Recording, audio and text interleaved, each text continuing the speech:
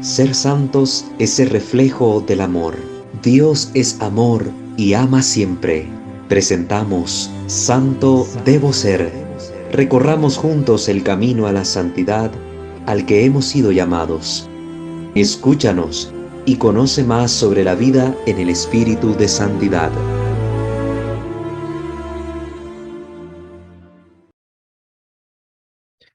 Queridos hermanos, sean bienvenidos una vez más a una transmisión de su canal Santo Debo Ser, que por la gracia del Señor llega a ustedes cada semana para traerles contenido de espiritualidad católica. Les invitamos a suscribirse a este canal y activar la campana de notificaciones para estar pendiente del material que vamos produciendo. De igual manera, la invitación abierta a conocer nuestros otros dos canales en el ámbito de la liturgia, misterio de fe, y en el ámbito de la formación doctrinal, Creo Señor, yo creo. Pueden seguirnos a través de Facebook en nuestra fanpage @WalterFajardo20. Pueden escucharnos en Spotify, formar parte de nuestra comunidad en Telegram y en WhatsApp.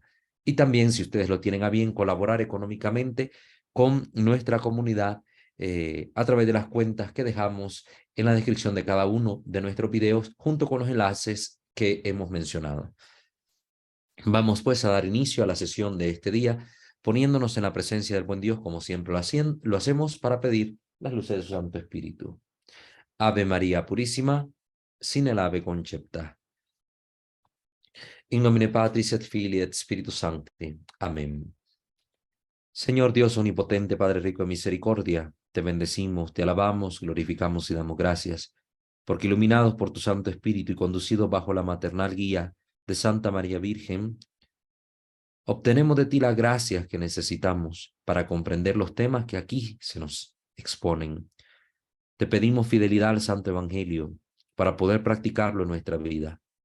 Te pedimos, Señor, la fuerza de dar testimonio valiente en medio del mundo, especialmente en medio de aquellos que no te conocen o te rechazan.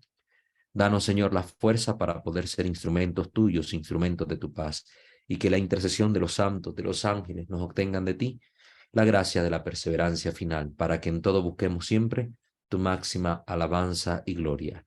Te lo pedimos a ti que reinas por los siglos de los siglos. Amén. Pater noster, qui es in celi, sanctificetur nomen tuum, adveniat regnum tuum, fiat voluntas tua sicut in cielo et in terra. Panem nostrum quotidianum da nobis hodie, et dimite nobis debita nostra, sicut et nos dimittimus debitoribus nostris, et ne nos inducas in tentationem, sed libera nos a malo. Amén. Ave Maria, gratia plena, Dominus tecum, benedicta tui mulieribus, et benedictus fructus ventris tui, Iesus. Sancta Maria Mater Dei, ora pro nobis peccatoribus, nunc et in hora mortis nostre. Amen. Gloria Patri et Filio et Spiritui Sancto, sicut erat in principio et nunc et semper, et in saecula saeculorum. Amen. Ave Maria Purissima, sin el ave concepta, in nomine Patris et Filii et Spiritui Sancto. Amen.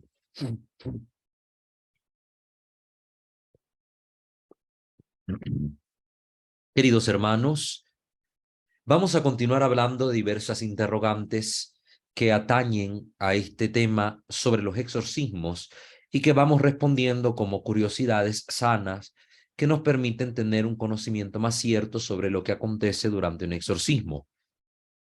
Las sesiones pasadas, de mano del padre José Antonio Fortea, del padre Gabriele Amor y de otros textos, vamos iluminando estas cuestionantes para darle respuestas y aclarar dudas que puedan surgir.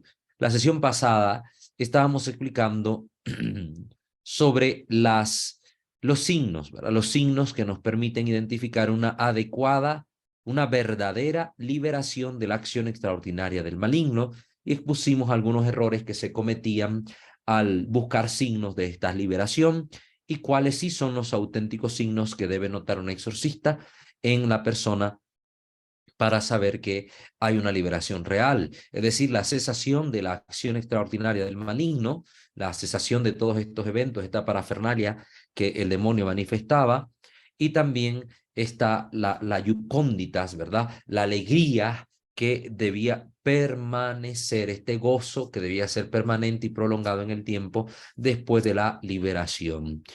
Pues respecto a este tema de la liberación, y antes de continuar hablando unas especificaciones sobre esto, quiero meter otras interrogantes que pueden ser interesantes sobre lo que hace que los demonios se alejen o algunas cosas que durante el exorcismo ayudan. Y de esto vamos a estar hablando el día de hoy, también tomando la información de la Summa Demoníaca, Tratado de Demonología y Manual de Exorcistas del padre José Antonio Fortea.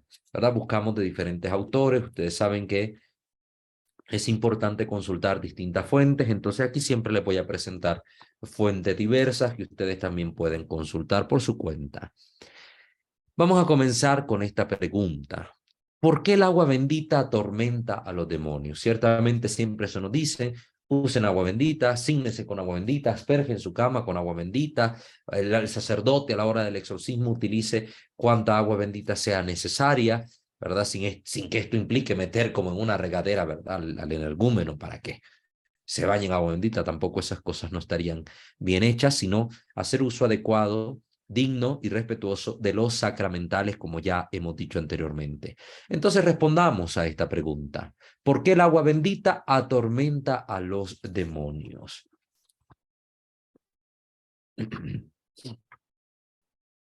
Nos dice el padre Fortea lo siguiente. ¿Cómo puede ser que algo material pueda tener una influencia del tipo que sea sobre algo espiritual? Sí, porque imagínense una pared, yo quisiera encerrar a un demonio en una jaula, no lo podría hacer, los barrotes no lo pueden contener porque es un ser espiritual, aunque fuese una celda sellada totalmente en las paredes sin puerta alguna, o de cristal o de plástico, no, no lo puedo contener porque él es un ser espiritual, pero entonces, ¿cómo es que afecta el agua material a un ente espiritual? Parece que son campos tan distintos, tan independientes, que lo material de ningún modo parece que pueda expulsar, producir incomodidad o efecto alguno en un demonio. Hace tiempo escribí en obras anteriores que si lo material, como el agua bendita, el santo crisma, etc., tiene una influencia en atormentar y expulsar a los demonios, no es por su materialidad misma, cosa que hay que recalcar, no es por la materialidad misma de aquello que se está utilizando, sino porque la Iglesia ha unido a esa materia un poder espiritual al bendecirla. Entonces se podría decir que la materialidad es el vehículo por medio del cual este efecto espiritual se va a comunicar, se va a realizar, va a actuar. El agua por sí misma no puede causar ningún daño, no puede causar ningún daño, pero el agua, al ser bendecida por un sacerdote, hay una oración, hay una acción de la iglesia sobre este objeto y que tiene un efecto espiritual, y es ese efecto espiritual el que causa algún tipo de daño, algún tipo de malestar a la presencia demoníaca. Es decir, que la iglesia, con el poder que ha recibido de Cristo, puede unir un efecto espiritual a un objeto material. Esta curiosidad es importante que la tengamos bien clara. Y que por tanto el objeto no es nada en sí, sino el poder de Cristo que se ha unido a ese objeto, lo que es importante y lo que tiene algún efecto sobre los entes espirituales demoníacos. De todas maneras, la experiencia de los últimos años me ha hecho complementar esta opinión, dice el padre Fortea. Complementar, que no es cambiar. Una cosa es complementar y otra cosa es cambiar. Sigo sosteniendo lo mismo, pero he probado que no da lo mismo bendecir una materia que bendecir otra materia. Hay materias que, por lo que simbolizan en sí, tienen una efectividad concreta. Una efectividad concreta. Y a este respecto puedo contar una anécdota. Nos dice aquí el padre José Antonio. En cierta ocasión no teníamos agua en la parroquia. Hacía mucho frío y el agua estaba congelada en las cañerías, en la tubería. El agua de las pilas de agua bendita no se le podía dar a beber a la posesa, dado que llevaba ya unos días en las pilas y la gente mete los dedos en ella. Así que cuando ya estaba a punto de salir de la parroquia en búsqueda de agua, en aquella frígida mañana, me di cuenta de que había una botella de limonada que había sobrado de una reunión de catequistas. Se me ocurrió, miren aquí la parte donde va un poco experimentando el exorcista y va haciendo prueba y error, ¿no? Se me ocurrió bendecir el contenido de la botella, pensando que el tipo de materia era lo de menos y que lo importante era la oración que se vinculaba a ella. Pues bien, pronto observé que aunque producía algún efecto, era mucho menor, era mínimo el efecto sobre el energúmeno. Al cabo de unos minutos ordené en el nombre de Jesús al demonio que me dijera por qué sucedía esto. Se resistió el demonio, pero al final dijo que el agua era símbolo de pureza y limpieza. Si bien dijo que aquel otro líquido bendito también le producía algún efecto, este era menor. ¿Mm? Entonces aquí también esta anécdota la contó en otro momento el padre Forte en otro libro, y decía que el demonio le gritaba a él, con esa agua lávate el hocico. Decía, con esa agua lávate la boca, porque a mí, pues, es poco lo que puede hacerme, ya que la materia había perdido el carácter simbólico, simbolismo que también de alguna manera atormentaba al demonio porque le recordaba todo lo contrario a lo que él era. El demonio es impuro, el agua representaba pureza. El demonio es sucio, por así decirlo alegóricamente, el agua representa limpieza, un medio de limpieza. Entonces, el agua bendita tiene un efecto sobre los demonios, no solo por la bendición recibida, sino por la misma materia que significa, que simboliza algo que al demonio le atormenta. Por eso es que dice aquí el Padre Forte y complementa la información que nos dio al principio con esto, ¿no? Que no da lo mismo bendecir una materia que otra o utilizar una materia que otra durante los exorcismos. Si observamos las materias que la Iglesia ha bendecido o consagrado, nos daremos cuenta de que todas tienen un simbolismo íncito en ellas. La sal, el incienso, el agua, el óleo, las velas, el pan, tienen un significado propio muy rico que también va unido a la oración que la Iglesia hace sobre estas materias y que pues da un sentido de trascendencia a estos símbolos que no se queda únicamente el significado de la materialidad como tal, sino en aquello que se une a la fe para significar algo en el contexto cristiano. El pan, pues el pan hay en todos lados, pero en el contexto de la fe, el pan significa otra cosa. Más esa unión al significado que tiene el pan, pues esa unión de la oración le da una fuerza mayor al elemento. Otra pregunta que se hace el padre respecto a esto mismo, de que por qué el agua bendita atormenta a los demonios, es la siguiente: ¿qué otros objetos atormentan a los demonios, además de los mencionados?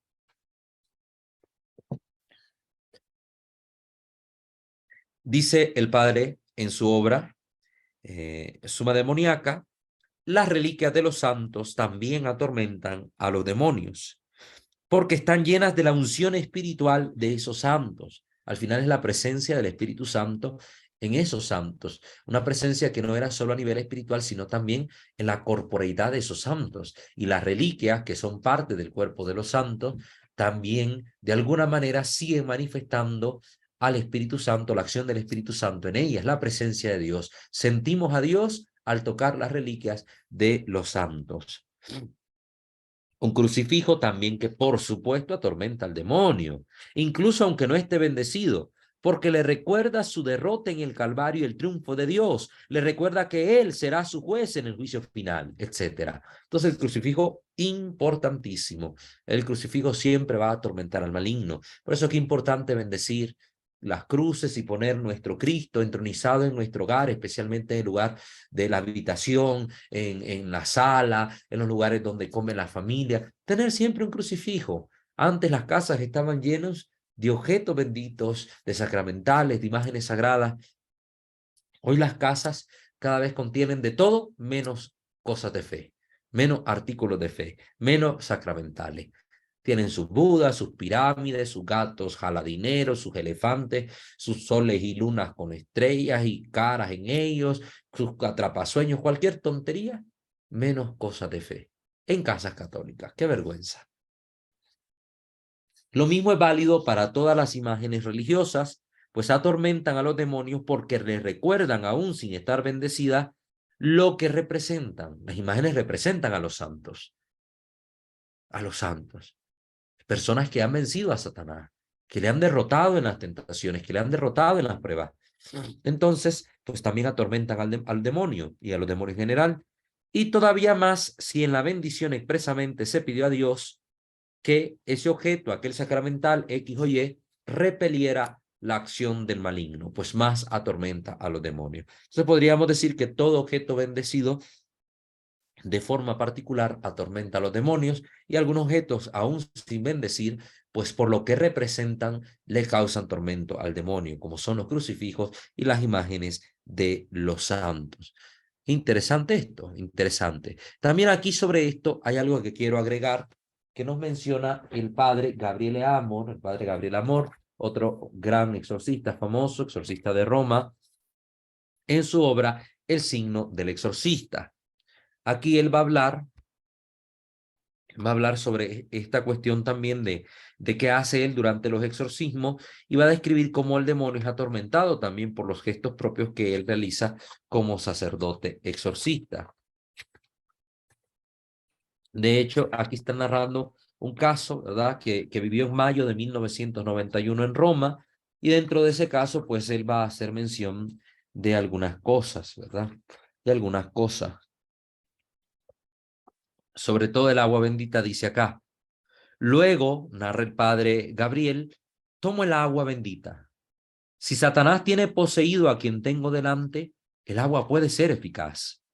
En toda circunstancia, la puedo rociar encima del poseso. Para Satanás, son gotas que queman. Literalmente lo hacen arder como si en su espalda cayeran gotas de óleo hirviente. Es un agua que él no puede soportar en lo más mínimo. Deteste el agua bendita por este efecto que hemos mencionado. En la otra mano, tengo un crucifijo con la medalla de San Benito incrustada. Esta medalla, yo también siempre porto en mi cuello la medalla de San Benito incrustada en un crucifijo, ¿verdad? Esto desde hace muchísimos años utilizo esta cruz desde que leí sobre la medalla de San Benito, de lo importante de la medalla de San Benito, como desde el año 2007 más o menos, 7, 8, por ahí, uso yo mi medalla de San Benito, y no como un amuleto protector, sino por lo que simboliza para mí como hombre de fe y por lo que está inscrito en esta medalla, que es un exorcismo menor, como ya hemos explicado. Es una medalla especial, muy temida por Satanás. No creo, dice el padre Gabriel en su opinión, no creo que exista una medalla más poderosa. También el padre Cándido, que fue el maestro del padre Gabriel, llevaba siempre una consigo.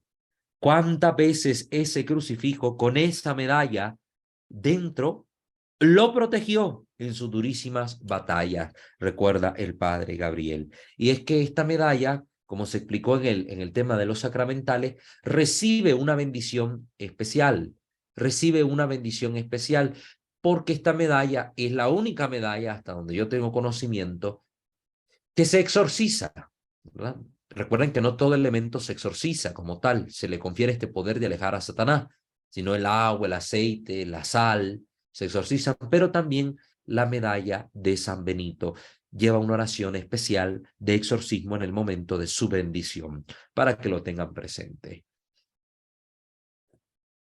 Yo recomiendo a la gente, si sufren muchas pesadillas, dar a bendecir medallas de San Benito, ponerlas ahí en la almohada, en la habitación, tenerla en la puerta de su casa, pero ojo, medalla o cruz de San Benito. No estas fórmulas de amuletos, estas formas de amuletos que hay ahora en la superstición católica, ¿verdad? Herraduras con medalla de San Benito, llaves con medallas de San Benito, ojos con medallas de San Benito. ¿Qué son esas cosas? Eso no es de Dios, eso no va a tener ningún efecto benéfico en su vida, sino al contrario, por la mezcolanza de lo bueno y lo malo, eso no tiene ningún efecto benéfico para el alma de la persona que lo utilice. Continúa aquí narrando el padre Fortea, el padre Gabriel, el único instrumento del oficio de exorcista del que no tengo necesidad es el ritual. ¿Por qué decía esto el padre? Porque ya me lo sé de memoria, dice él, tantos miles de exorcismos que había realizado en Roma, que se sabía de memoria completo el exorcismo, el ritual de exorcismos del antiguo ritual romano. Lo recito en latín. La lengua, a mi modo de ver, más eficaz contra los demonios. En el latín, algo antiguo hay. Hay un sonido ancestral que los demonios temen y a duras penas pueden resistir. Y uno se preguntará, ¿qué de especial tiene en latín para que los demonios lo detesten más que si yo oro en español? Más que si yo oro en español. ¿Qué de especial tiene? Bueno, hasta aquí acabo con el testimonio del padre Gabriel Amor. A esto que ha dicho de latín quiero sumarle un artículo que me pareció muy atinado, muy oportuno respecto a esto. El artículo se llama ¿Por qué orar en latín? Y aparece en una página que igual yo siempre le voy a dejar el enlace, que se titula la página Razón más Fe, Razón más Fe. El artículo es originalmente publicado en el sitio Yo Rezo el Rosario y que por el valor que tiene, pues también esta página decidió compartirlo y yo lo tomo de esta página. La lengua latina no solo es el idioma oficial de la Iglesia, sino que es un verdadero tesoro para nosotros. El latín es un lenguaje sagrado. Esto es lo que hay que entender. ¿Por qué atormenta el latín al demonio? Porque es lengua sacra, lengua sacra. Es decir, que está sacralizada, que está santificada, que es una lengua que se usa en la liturgia de la iglesia, en la fe de la iglesia, para expresar la fe de la iglesia. Por eso es una lengua sacra. La iglesia la tomó y la hizo suya durante cientos de años. Son miles de años que la iglesia ha tomado esta lengua para sí y por ello el haberla tomado y utilizarla en la sagrada liturgia ha convertido a esta lengua en una lengua sagrada que tiene este especial valor para nosotros los creyentes, un verdadero tesoro, y que tiene este efecto potentísimo también de atormentar a los demonios. ¿Por qué orar en latín? Muchos católicos nos hacemos esa pregunta. Por eso he decidido mostrarte aquí por qué es tan bueno rezar en esta lengua. Nos comenta el autor del artículo. ¿Qué tiene de especial el latín? La lengua latina, a la que podemos verdaderamente llamar católica por estar consagrada, como decía su santidad el Papa Juan XXIII en su obra Veterum Sapientia de 1962, donde expone la importancia de la lengua latina para la Iglesia Católica, nos decía esto, ¿no? Que realmente podemos llamar al latín como la lengua auténticamente católica por estar consagrada, es decir, la hemos apartado en la iglesia exclusivamente para la materia de fe, para las cuestiones nuestras de la iglesia, para expresar incluso la fe celebrada en la liturgia.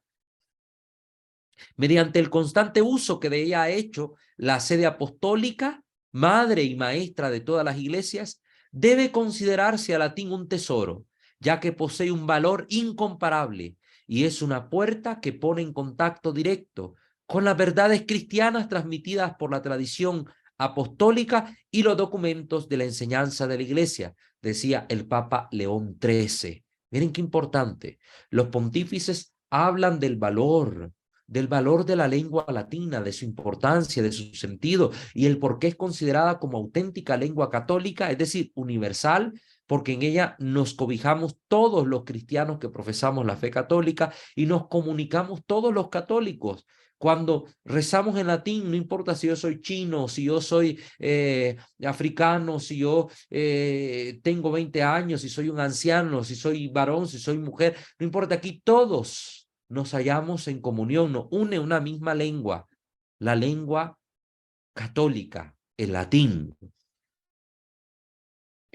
Además, el latín es un vehículo eficacísimo que une en admirable e inalterable continuidad a la iglesia de hoy con la de ayer y con la del mañana. Por eso, pues, los textos más importantes de la iglesia son escritos en latín. Los textos oficiales de la iglesia son escritos en latín. Los dogmas, cuando son expresados en la iglesia, están expresados en latín. Por esta inmutabilidad, ya que al no ser una lengua viva, que se sigue hablando comúnmente por todo el mundo, ya no está sufriendo cambios. El lenguaje nuestro, el castellano, el español, nuestra lengua latina, de América Latina, pues cada vez que vamos hablando vamos inventando nuevas palabras, vamos cambiando algunas pronunciaciones, incluso esto afecta hasta la forma en cómo se escribe la lengua. Recordarán, antes se decía obscuro con B, Ahora, de tanto que la gente omite pronunciar la B en esta palabra, pues incluso la Real Academia de la Lengua Española ha tomado la decisión de decir que es legítimo escribir únicamente oscuro sin la B, porque la lengua sigue cambiando, entonces la forma en cómo se va a ir expresando esta lengua va mutando, va cambiando. Esto ya no ocurre en el latín, ya no ocurre en el latín. El latín ya tiene estas formas invariables de expresar una idea, por eso también se vuelve un instrumento para la iglesia para poder expresar las verdades de fe de una forma inmutable.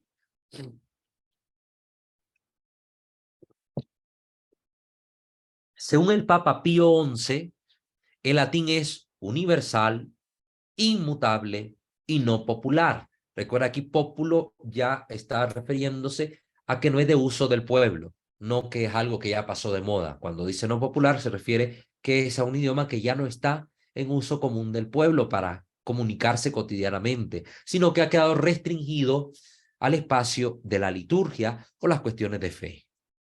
Por tanto, el latín es verdaderamente una lengua sagrada. La lengua latina fue consagrada en la pasión de nuestro Señor Jesucristo por su inscripción mística en la cruz. Recuerden que también nos dice la Escritura que el título real de nuestro Señor pendiente en la cruz fue escrito en hebreo, perdón, en arameo, en griego y en latín. Pero sobre todo, esta cuestión de consagrar en la pasión del Señor, debemos entenderla más que solo por el hecho de estar el letrero inscrito en esta lengua, por el hecho de que el santo sacrificio de nuestro Señor, el misterio pascual, su sacrificio de su pasión, muerte y resurrección, es celebrado por la Iglesia en la liturgia utilizando esta lengua, la lengua latina. La lengua latina fue santificada por el uso de casi 2000 años y se entrelazó más estrechamente con la primitiva liturgia católica romana. La costumbre más antigua de la Iglesia está de acuerdo, porque en todo el Oriente no se encuentra una liturgia antigua, excepto en griego o arameo, mientras que en todo el Oeste no hay liturgias antiguas, excepto en latín, expresaba San Roberto Belarmino sobre el santísimo sacrificio de la misa. Entonces, pues para los santos, como hemos visto acá, la lengua latina es sumamente importante, riquísima, y es un tesoro que expresa pues nuestra fe. El Papa Emérito Benedicto XVI instó a los católicos de todo el mundo a memorizar las oraciones. En la descripción del video el enlace a nuestra lista de reproducción en nuestro canal Misterio de Fe, donde ustedes van a poder encontrar las oraciones más básicas del cristiano en latín, pronunciadas lentamente con el texto en la pantalla para que ustedes puedan memorizarlas con facilidad. Le hemos puesto únicamente 20 oraciones. 20 oraciones en latín que todo católico puede aprenderse: el Padre Nuestro, la María, la oración a San Miguel, al ángel de la guarda, la oración por el romano pontífice, las letanías, sí hemos puesto también la invocación al Espíritu Santo. Un montón de oraciones les hemos puesto en latín para que ustedes las puedan rezar, y hay muchas otras que ustedes pueden encontrar en diversidad de páginas católicas. El Papa Benedicto XVI entonces instó a los católicos de todo el mundo a memorizar las oraciones católicas más comunes en latín, e incluso llegó a pedir que parte de la celebración litúrgica, independientemente del pueblo que celebrara, fuesen dichas en latín. Algunas partes podían ser, por ejemplo, en los ritos introductorios, otras durante el canon de la misa, distintos momentos en que estas oraciones podían ser introducidas o este idioma podía ser pronunciado. Se le hizo caso un momentito al Papa, hubo cambio de pontífice y todo esto que el Papa propuso se echó a volar. Ya no se hizo, ya no se obedeció al Papa, y si se hubiera obedecido al Papa en esto y si hubiera continuado hasta nuestros días, pues yo creo que hubiera dado un fruto hermosísimo en la vida espiritual de muchos católicos. Decía el Papa, ayudará a los fieles cristianos de diferentes idiomas a orar juntos, en comunión, de una manera especial con una misma lengua. No es que no estemos en comunión cuando oramos en esta diversidad de idiomas, Pero ciertamente se expresa mejor esta comunión cuando todos los que están orando, oramos bajo esta misma lengua, el latín. Especialmente cuando los cristianos se reúnen por circunstancias especiales, como acontece en la Jornada Mundial de la Juventud, en las distintas jornadas mundiales que hay, de los enfermos, etcétera, etcétera, en las reuniones que se dan de los fieles en la Plaza de San Pedro, donde vienen de todas partes del mundo. Esto lo pidió el Papa, lo expresó, lo dijo su Santidad el Papa Emérito Benedicto XVI el 28 de junio del año 2005. El latín, a través de su carácter digno, provoca un profundo sentido del misterio eucarístico. Recordaba su santidad el Papa Juan Pablo II en su obra Dominice Cene de 1980. De 1980. Imagínense. Entonces, aquí se está hablando de latín, se está aplaudiendo a latín. ¿Y qué escuchamos lamentablemente hoy entre muchos sacerdotes, obispos e incluso cardenales? Que esa lengua debe ser abandonada, que la gente no lo entiende, que para qué vamos a orar así, que no sé qué, que no sé cuánto y cuántas mil excusas ponen.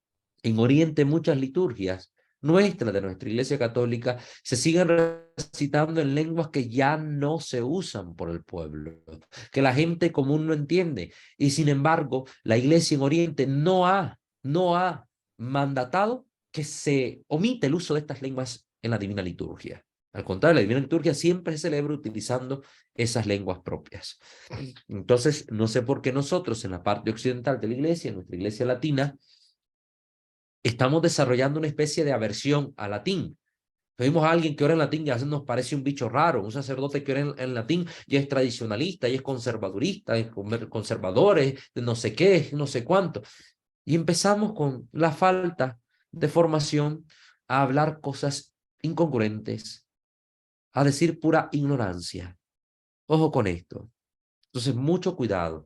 Al contrario, yo agradezco que muchas comunidades, por ejemplo, ha aflorado este deseo de volver a orar en latín. Yo mismo he formado comunidades enteras donde la gente empieza a rezar en latín, ya sea el Santo Rosario, las oraciones a San Miguel, a la Virgen, a conocer nuestra lengua. Es una riqueza. El latín, a través de su carácter digno, entonces, decía el Papa Juan Pablo, provoca este profundo sentido del misterio eucarístico también. Cuando uno va a una misa y es en latín, hasta como que se siente en otro lugar, se siente que realmente está viviendo algo especial, algo que no encuentra en el mundo, algo distinto, sabe diferente la misa. Hagan la experiencia si no me creen, vivan una misa en latín, tridentina o del Novus Ordo, porque el Novus Ordo puede ser recitado totalmente en latín. Eso ahí viene contemplado en el misal. En el misal romano, en la instrucción general, ahí viene que las oraciones pueden recitarse en latín. Trae también el misal estas oraciones en latín. Trae un apéndice con oraciones en latín también. Entonces, yo no sé por qué hay gente que desde la ignorancia expresan que usar latín es cuestión antigua, que ya pasó el Concilio Vaticano II, que no se debe decir, que no sé cuánto. El mismo Papa que convocó el Concilio Vaticano II escribió esta carta hermosa, la Vetero Sapiencia, el Papa San Juan XXIII. Y no han leído esa obra. Muchos son sacerdotes y nunca han leído la obra. El latín también es el idioma de los santos. Cuando tú oras en latín, estás orando en las mismas palabras exactas, en el mismo idioma exacto que innumerables santos han orado a lo largo de los siglos y se unen con ellos al entrar en esa venerable tradición que transmitieron y preservaron fielmente a lo largo de los siglos. La manera como se rezaba el Ave María en español antiguo pues ha cambiado a como se reza hoy en día en español, pero la misma manera en cómo rezaban el Ave María en latín los santos hace 1000 años, es la misma manera en cómo rezamos en latín el Ave María hoy en día. Entonces, esto es hermoso, decimos las mismas palabras, Ave María, gracia plena Dominus tecum. Qué hermoso. Pues esto también es una riqueza, un tesoro. El rosario también fue originalmente rezado y enseñado y transmitido en latín. Ahora pues tampoco el rosario se reza de esta manera. Miremos una opinión del padre J.M. Rodríguez de la Rosa, que pertenece al Instituto Cristo Rey Sumo Sacerdote, que es un instituto de corte tradicional que pertenece a nuestra Santa Iglesia Católica. Que el latín es odiado por el enemigo infernal, es decir, el demonio, es una realidad. que constato en mi ministerio sacerdotal, relata que el padre, para que vayamos uniendo, ¿verdad? Todo esto que le estoy diciendo de latín con lo que decía el padre Gabriel Amor y que ahora pues va tomando sentido. Un joven matrimonio se acercó para hacerme una consulta, relata el padre. La señora me advirtió que estaba desde hacía unos años en tratamiento con un exorcista. A lo largo de la conversación, en el momento oportuno, le aconsejé que intentara rezar en latín, en particular el Santo Rosario, es decir, el Padre Nuestro, la María, el Gloria, las letanías, lo básico. En un primer momento quedó sorprendida, pero al poco tiempo, consideró mi propuesta. Y fue entonces cuando ella estaba dispuesta a seguir mi consejo, cuando se manifestó violentamente la posesión. Empezó a convulsionarse violentamente durante unos segundos. Cuando esta mujer hizo caso, cuando empezó a hablar en latín,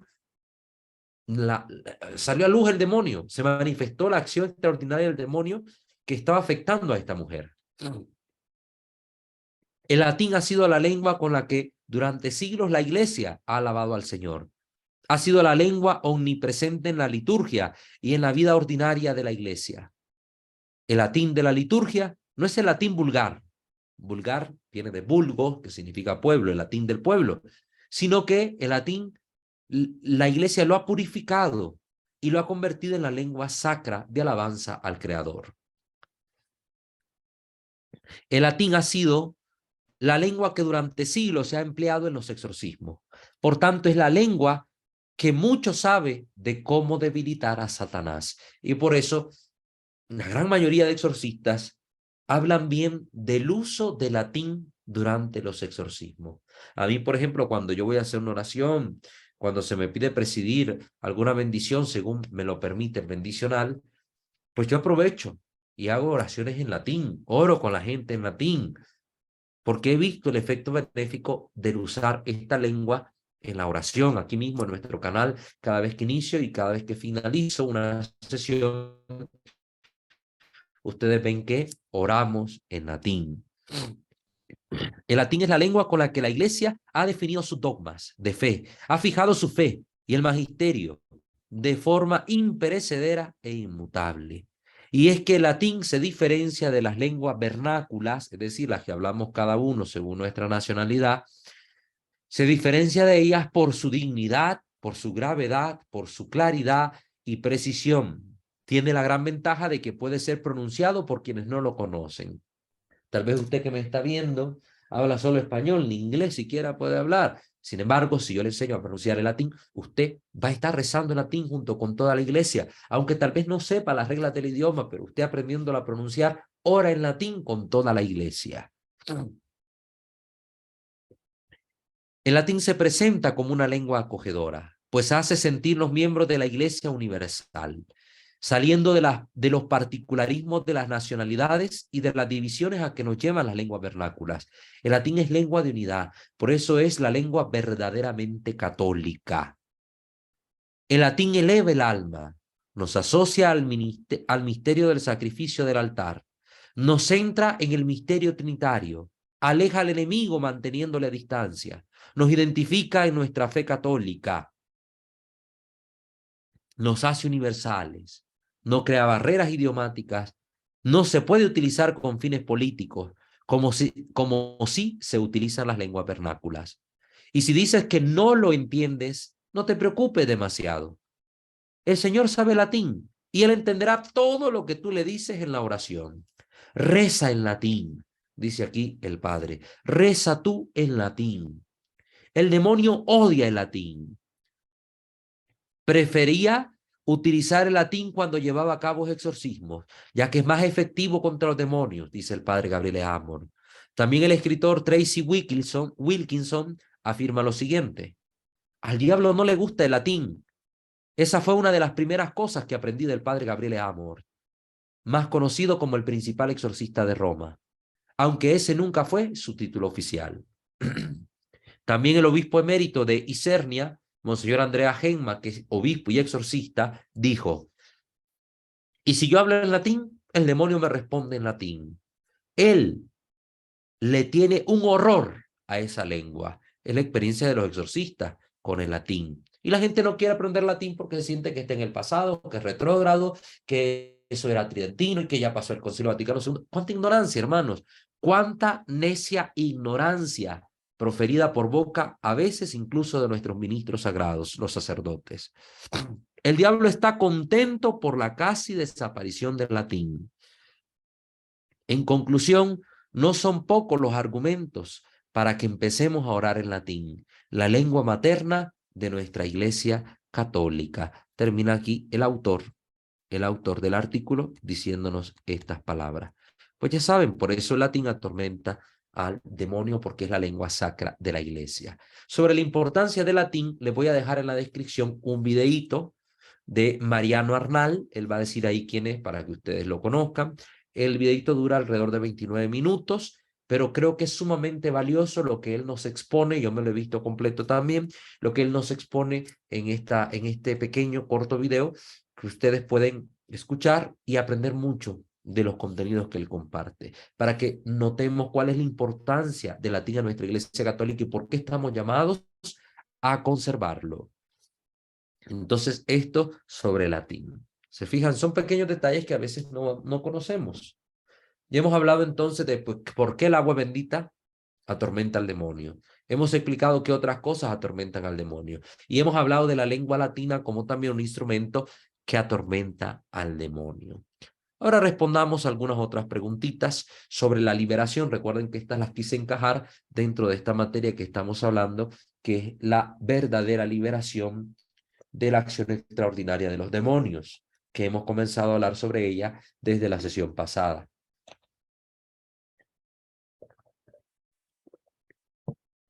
Ahora se pregunta el padre Fortea, ¿cómo se sabe cuándo ha salido el último demonio? Recuerden que un exorcismo, una persona puede estar afectada por un solo demonio o por varios demonios. Entonces, ¿cómo se sabe cuándo ha salido hasta el último de estos demonios durante un exorcismo? Vamos a ver qué nos responde en la suma demoníaca al respecto.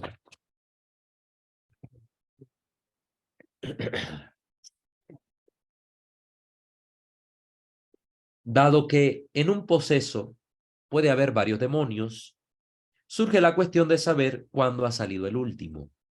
Pues cada vez que sale un demonio, la persona queda en paz, recobra la conciencia y abre los ojos. Es decir, sale del trance y aquella perturbación se aleja de la persona y viene la paz y el gozo que le decíamos. Incluso siente una alegría espiritual, un gozo espiritual, una especie de consolación. El sistema para saberlo es sencillo, dice el padre Fortea. El sistema para saber cómo ha salido el último de los demonios. Se trata de orar por la persona durante algunos minutos más. Si realmente ya salió el demonio, el sacerdote puede seguir orando. Y si sigue orando y de repente vuelven a aparecer los síntomas anteriores, pues no ha salido el demonio, simuló una liberación, pero no salió. Entonces dice el padre, yo recomiendo seguir orando por un tiempecito más.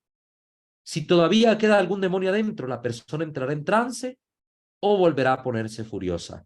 Pero si la persona sigue consciente, se le ha de preguntar si siente algo. Si contesta que no, entonces es el momento de dar gracias a Dios. Aconsejo que todos se pongan de rodillas hacia el sagrario y agradezcan al Señor la liberación del demonio y a todos los santos y ángeles por su ayuda. Como ven aquí, el padre da como una respuesta bien sencilla, bien escueta. Recuerden que hay demonios que ocultan su presencia también, por lo cual va a ser importante retomar por 1, 2 o 3 sesiones más los exorcismos con el fin de ver que los efectos del exorcismo son perdurables en el tiempo y que el gozo también es perdurable en el tiempo. Si el sacerdote no supiera nada de todo esto y al salir un demonio y volver a la conciencia el poseso, pensara que ya había acabado todo, cuando no es así, pues debe utilizar este consejo. Tampoco sucedería nada, pues la persona le llamará diciendo que todavía tiene algunos de los síntomas que le llevaron a pedir el exorcismo. También si el sacerdote pues no tiene mucha pericia todavía en el ministerio, está empezando y no sabe si realmente el demonio ya salió o no, pues cuando él crea que ya salió, pues y de las gracias, que se esté atento a lo que la persona, al paciente, ¿verdad?, le comunique, le diga, pues mire, padre, pues sí, terminamos el exorcismo y todo, yo me sentí aliviada en ese momento, pero fíjese que han vuelto los síntomas, y estoy experimentando esto, estoy sintiendo esto otro, y pues ahí el sacerdote tendrá también un medio para conocer de que todavía la liberación no ha sido total, sino que ha sido una disminución de la acción demoníaca en la vida de esa persona, pero que todavía no ha sido una liberación total.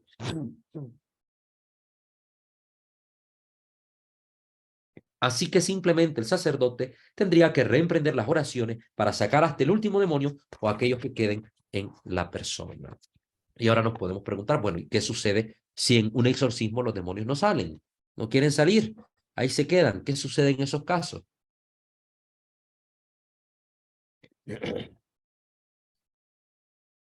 Si los meses pasan y ni un solo demonio sale, eso puede deberse a que la persona posesa no está cumpliendo los consejos del exorcista.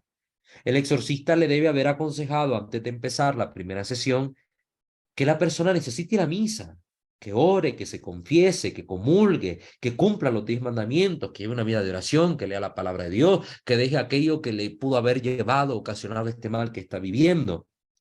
Hay gente que viene al exorcista como el que va al médico. Piensan que esto es como tomar una medicina y que uno puede seguir con la vida que llevaba antes. Pero si uno quiere ser exorcizado, debe cambiar de vida y cumplir todo lo que Jesús nos enseña. De lo contrario, el demonio que sale volvería a entrar. Y en algunos casos ni siquiera llega a salir porque tiene donde agarrarse. La persona no quiere abandonar un pecado en específico, un estilo de vida específico, no quiere dejar atrás su mundanidad, no quiere convertirse a Dios. Y el demonio esto lo sabe. Y se aferra al corazón de la persona, se aferra a esta persona. Si la persona no está dispuesta a abandonar el pecado, el sacerdote debe interrumpir las sesiones de exorcismos hasta que el poseso decida obedecer sus indicaciones. Por ejemplo, si alguien está conviviendo en unión ilícita, la persona debe tomarse un tiempo para entender las razones por las que debe poner en orden su vida y buscar el sacramento del matrimonio. Pero si los exorcismos comienzan antes de que tome la decisión que debe tomar, los exorcismos serán ineficaces. Aquí no vale la buena intención. La ley de Dios es objetiva. O cumplimos lo que Dios manda o no lo cumplimos. Así de sencillo. Aquí es blanco o negro, dice la Escritura en el libro del Deuteronomio: pongo delante de ti dos caminos, vida o muerte, luz o tiniebla. Tú escoge. Y Jesús dice: o eres frío o eres caliente, que si eres tibio te vomitaré de mi boca. Esto no es posible, hermano. Aquí hacemos las cosas bien o no las hacemos. Si el demonio tiene donde agarrarse, el demonio no sale. Y por eso es que a veces, a pesar de muchos exorcismos, los demonios no salen del cuerpo de la persona. Y hay que pararse, hacer un alto y ver qué es lo que está pasando. Y pues ya hemos explicado los casos de posesión indefinida, ¿verdad? En el cual pues el poseso obedece en todo al exorcista, el exorcista hace todo lo que debe, pero hay condiciones específicas detrás que Dios permite que acontezcan y que hace que los exorcismos se prolonguen en el tiempo y que realmente no apuntan a la liberación como tal, sino que los exorcismos se convierten en un medio eficaz de fortaleza, de consuelo para la persona que va a seguir siendo atormentada por el demonio durante muchos años más, incluso hasta el final de su vida. Pero volviendo pues al caso que aquí mencionamos de la desobediencia, dice el padre Fortea: en estos casos de oculta desobediencia del poseso a las indicaciones del exorcista, suele estar la causa de los casos de exorcismo que se prolongan más allá de lo lógico. Pero si el exorcista ve que la persona es sincera y que no parece que haya ninguna causa oculta, no habrá otra solución que insistir o probar con otro sacerdote a ver si él tiene más éxito. También esto es válido. Uh, Así como es válido ver si los consejos de algún director espiritual no me están ayudando, poder cambiar yo de director espiritual, es válido ver que si llevo muchísimo tiempo tratándome con un sacerdote exorcista y a pesar de eso y que yo obedezco lo que se me pide, no hay efectividad de los exorcismos sobre mi vida, pues puedo probar con otro exorcista, ser atendido, tal vez su vida de santidad o tal vez los medios que ocupe este exorcista, en cuanto a las penitencias que hará por esta persona, etcétera, los sacrificios que ofrecerá Jesús, puede que obtengan la liberación que el otro sacerdote no obtuvo. Pues y no es que el otro sea pésimo, sea malo, sino pues que a veces así sucede. Pues un exorcista tiene más eficacia en su ministerio que otro. Pero recuerden que al final no es el exorcista quien libera, es Jesús. El protagonista siempre va a ser Jesús, no es el sacerdote en cuanto tal. Un exorcista en sus primeros casos puede hacer cosas que son ineficaces para con un demonio determinado. Por eso, probar con otro sacerdote exorcista más experimentado puede ser de utilidad. Entonces aquí el padre refiere, pues, sobre todo la cuestión de la experiencia en el ministerio del exorcismo como una causa que puede ayudar también a que se obtenga la liberación si en un primer momento no se obtuvo por parte de un sacerdote que tal vez estaba iniciando en el ministerio.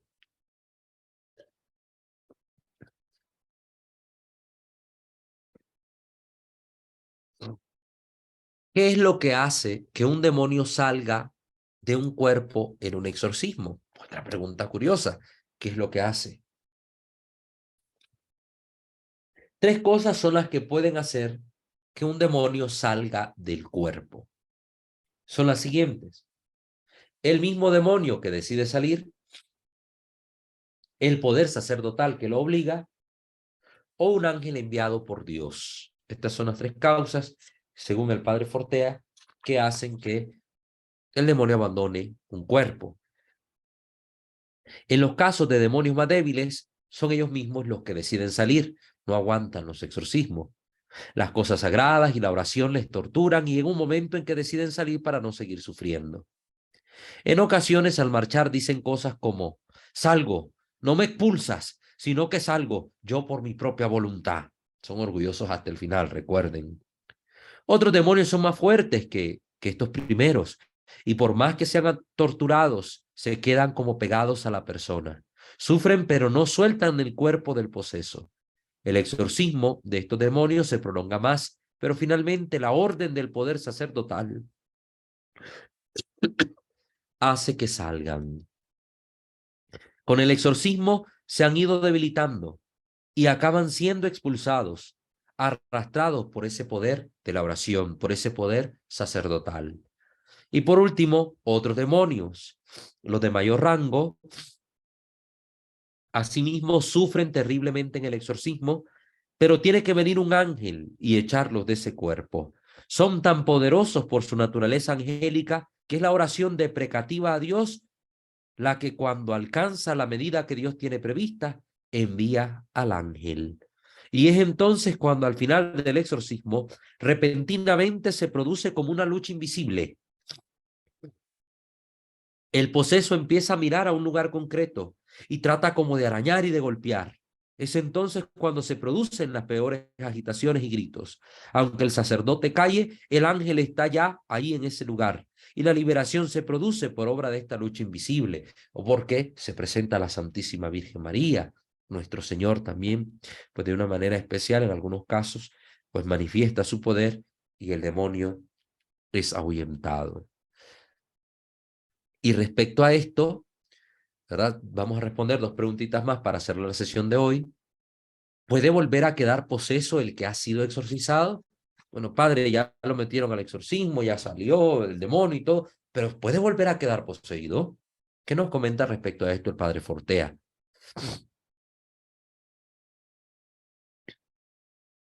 Esta pregunta la hacen con bastante desesperación los posesos y sus familiares durante el proceso de liberación.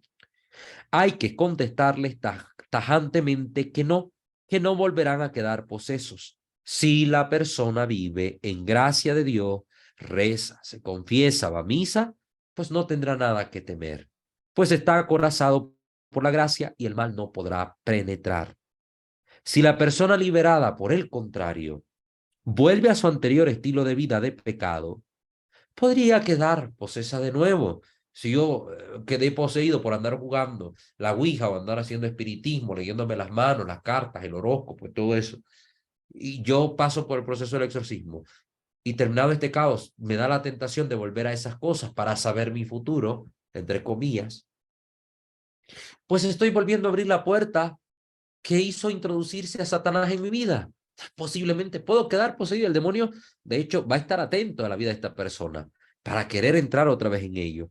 Recuerden que sobre esto habla el Evangelio. Jesús dice que cuando un demonio es expulsado y sale de casa, hablando del corazón, se va, pero regresa con otros 7 demonios y se vuelve a encontrar la casa sucia, el demonio entra y hace destrozo con los demás. Pero si encuentra la casa limpia, no quiere quedarse en ese lugar y el demonio se va con los otros 7 que me acompañaban.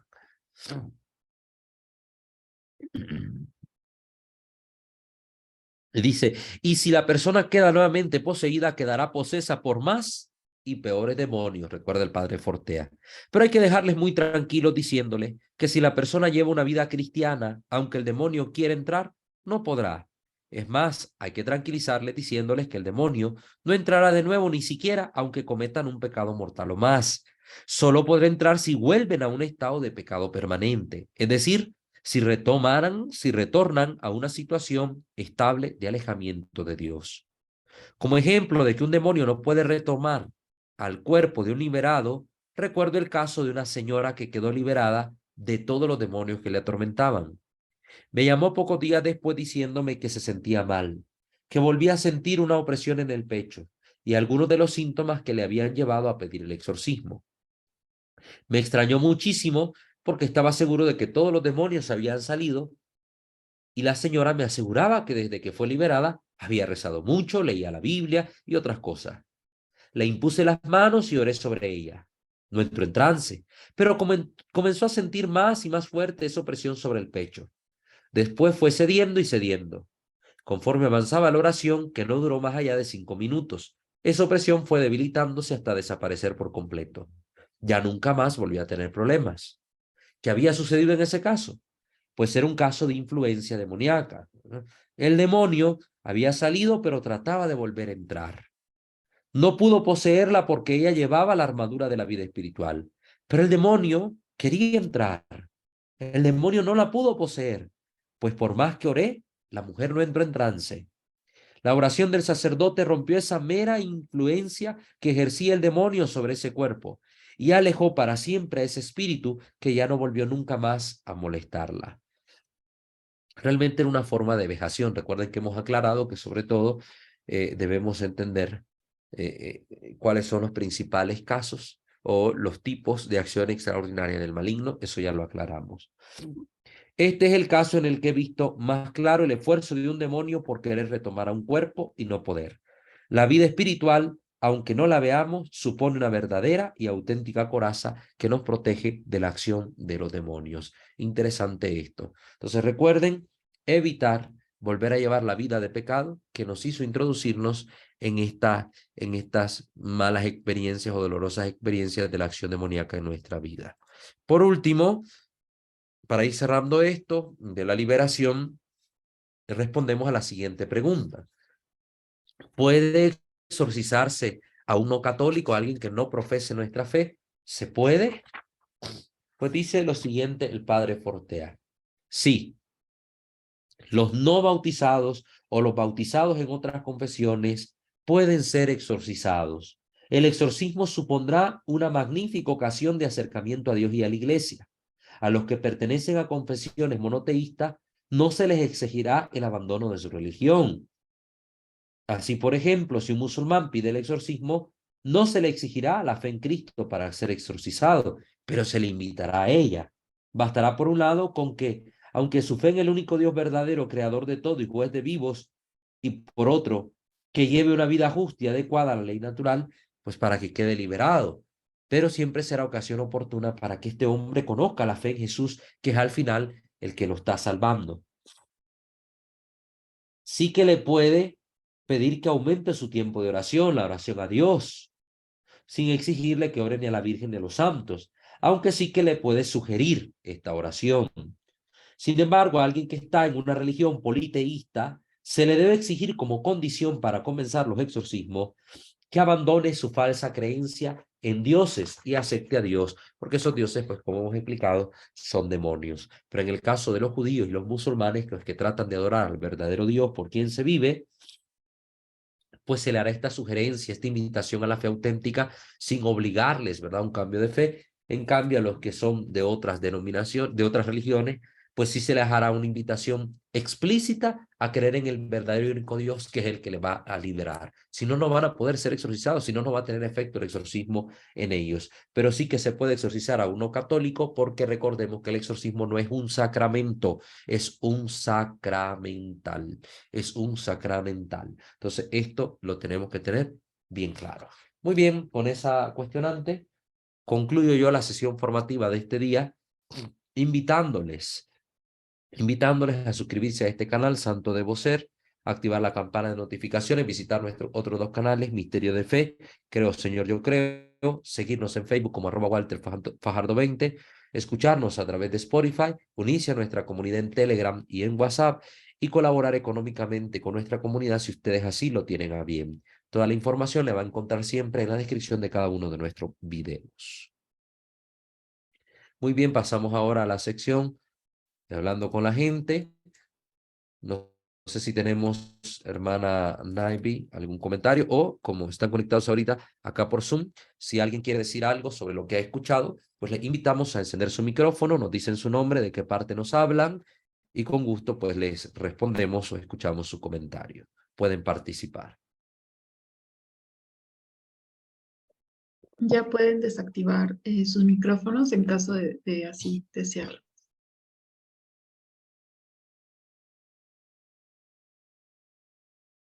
Pueden hablar, no tengan pena, yo no muerdo, ¿verdad? Así que, si quieren, solo basta encender su micrófono para participar. Si quieren comentar algo, decir algo al respecto, pues lo pueden Yo, hacer. padre, Sí. Nayeli Durán, ¿De dónde nos habla Nayeli? de la Ciudad de México. Perfecto, hermana. Buenas noches. Dios le bendiga. Le Buenas escuchamos. noches. Yo tengo una duda. Bueno, a mí me gusta escuchar cantos gregorianos, pero no sé qué tipo de cantos puedo escuchar, porque como yo no entiendo latín, o sea, no sé si realmente son católicos o no. Ese es mi duda. Sí. Recuerden que en YouTube circulan abundantes tipos de cantos gregorianos o cantos en latín, y no todos necesariamente son cristianos. Hay incluso cantos que circundan por ahí las redes que están en latín, pero son alabanzas a Satanás, o hablan de otras cosas, o tratan de expresar hechizos y no sé cuántas otras tonterías más en esta lengua de la iglesia. También es una forma de burla del demonio, así como el demonio se ha burlado de la Santa Misa, haciendo que sus ministros celebren la misa negra, que es una forma de misa propia de ellos, pero que se burla y arremeda de alguna manera la misa católica. Pues así con el idioma latín también él gusta de que sus secuaces utilicen esta lengua para expresar sus creencias, digámoslo así, para no utilizar otras palabras. Entonces hay que tener mucho cuidado. Yo recomiendo investigar los nombres de los cantos que vamos a buscar ahí en el YouTube, para darnos cuenta de dónde viene, quién lo canta, quién es el compositor. Hay muchos cantores, incluso clásicos, que son protestantes, pero cantan cosas cristianas, no heréticas, cuestiones de verdades de fe, cuestiones bíblicas. Entonces, podemos nosotros escucharlos con tranquilidad. Una recomendación: buscar cantos, por ejemplo, cantos de monasterios, ¿verdad? De los benedictinos, de las clarisas. Está Arpa Dei, por ejemplo. Ellos, este canal de Arpa Dei, cantan hermosísimos cantos latinos, oraciones latinas, y las cantan en gregoriano, y pues llenan el alma. Entonces, uno buscar, rastrear la fuente para darse cuenta que si lo que estoy escuchando es cristiano, es de Dios, si es bueno, porque no porque se oiga bonito significa que es bonito. Recuerden, incluso ya hemos hablado sobre la música aquí, aclaramos incluso sobre lo de la música satánica, para darnos cuenta de que no todo aquello que parece bueno es realmente bueno y agradable para ser escuchado. Entonces, atento con eso, hermano Nayeli. Entonces, ahí le doy el tips: rastrear la fuente, buscar fuentes católicas, buscar sobre todo de comunidades religiosas que hagan estos cantos, como para tener una certeza de que lo que estoy oyendo es verdaderamente cristiano. Sí, padre, Mm. muchas gracias. Que Dios le bendiga, hermana Nayeli. No sé si hay alguien más que quiera participar.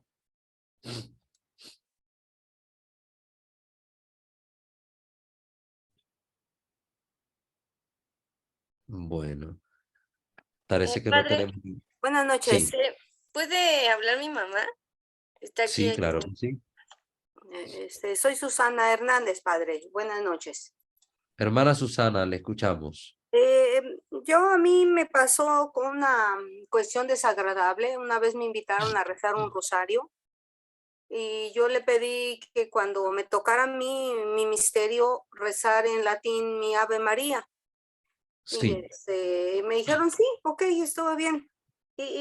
Pues las personas ahí a veces tienen ciertas cualidades que a veces uno no tiene, y me mencionó que la Virgen estaba muy agradecida por haberla rezada de esa forma. Pero la sorpresa que me dio es que ya nunca más me volvieron a invitar a rezar el rosario.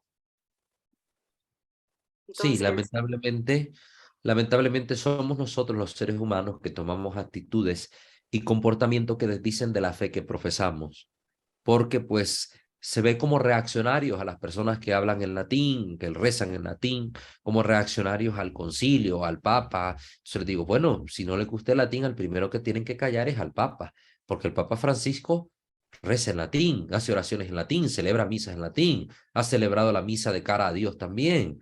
Al primero que deberían censurar es al sumo pontífice. Entonces, si ustedes me reclaman, les digo yo, pues habría que preguntarse qué tan coherente es la vivencia de su fe. Si a usted no le volvieron a invitar a ese lugar a rezar el Santo Rosario únicamente porque esa vez rezó en latín, pues, hermana, habrá otros lugares donde a usted, por el mismo hecho de rezar en latín, van a desear invitarla y que participe. Entonces, pues Dios también nos va ayudando a ver en qué lugar podemos servir bien, porque al final no la rechazaron a usted, rechazan la lengua de la iglesia, rechazan la tradición litúrgica de la iglesia en cuanto al uso de esta lengua para orar y manifestar nuestra fe. Están rechazando a la iglesia misma, siendo miembros de la iglesia. Entonces, por eso hay que tener cuidado con el tipo de actitudes que a veces manifestamos, especialmente cuando no conocemos de estas cosas. ¿A qué le llamaría yo? A la comprensión de estos hermanos. Tal vez ellos carecen de la formación o del grado de formación que usted tiene, que yo tengo, que apreciamos estos detalles, que apreciamos esta lengua. Habrá muchos, la gran mayoría de católicos, de que de estas cosas no sepan nada. Hay gente que donde yo celebro la palabra, pues les encanta porque precisamente se reza en latín y dice, qué hermoso, esto me gustaba yo cuando era pequeño, mi abuelita me llevaba a misa, yo rezaba en latín, esto, qué hermoso volverlo a ver. Y hay gente que se va de la capilla precisamente porque dice, no, a este hermano no le entiendo, porque de repente se pone a orar en latín y hace sus oraciones y yo no sé ni lo que dice. Pues pregúnteme, si no sabe lo que dice, pregúnteme y yo le informo. ¿Quiere aprender? Yo le digo cómo, yo le digo dónde, yo le ayudo a rezar a usted también si quiere. Entonces, pero la gente prefiere, en vez de buscar soluciones a las cosas, simplemente rechazar aquello que no va muy de acuerdo a su estilo de pensamiento. Entonces son actitudes anticristianas, dolorosas, pero que siguen aconteciendo en esta iglesia y que a quienes nos toca vivirlo nos llama a la comprensión, al amor y sobre todo a invitar a la formación a estas personas. No dejarles tal cual los encontramos, sino decirles, ya si no quieren, pues ya queden ellos, como dice la Escritura, tú ve y anúnciales que sepan que hay un profeta en esta tierra. Si cambian y se convierten, tú los habrás salvado. Y yo no te pediré cuentas ni a ti ni a ellos. Pero si tú no vas y les anuncias, yo te pediré cuenta a ellos, porque te pediré cuenta a ti por ellos, por su condenación, porque tú tenías que haberles anunciado y no le anunciaste. Y si tú vas y les anuncias y ellos no se convierten, pues a ellos les pediré cuenta. A ti no, tú habrás salvado tu vida porque cumpliste lo que te mandé. Entonces aquí esto hay que tenerlo presente, la libertad de cada uno. Si no quieren, no le podemos obligar. Si ni al mismo Papa Benedicto XVI le hicieron caso, pues que menos a nosotros, pobres mortales, como decimos expresándonos así. Entonces, hermana Susana, pues le agradezco su participación, agradezco su comentario, porque pues ayuda a reforzar los testimonios que aquí hemos mencionado, los casos que aquí hemos mencionado, pero son situaciones reales que algunos no se las creen, pero sí suceden en la iglesia, que están ahí, que nos deben enseñar, que nos falta mucho como iglesia para ser esa iglesia que Cristo ha soñado que seamos, la esposa del Cordero. Muchas gracias, hermana. Dios le bendiga. Bueno, no sé si alguien más quiere participar. Muy bien. Les recuerdo que este video quedará, una vez editado, quedará puesto en nuestro canal de YouTube Santo Debo Ser, para que ustedes desde ahí puedan compartirlo con sus familiares o conocidos.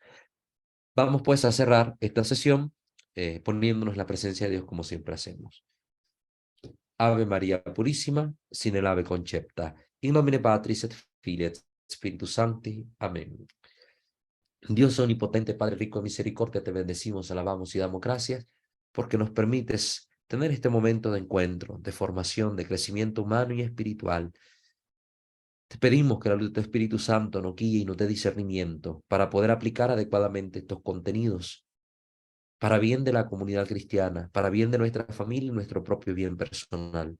Que todo cuanto hagamos te tenga a ti como a su fuente y tienda a ti como a su único fin. Y que todo busque siempre tu mayor honra y gloria y la salvación de nuestras almas. Te lo pedimos a ti que reinas por los siglos de los siglos. Amén.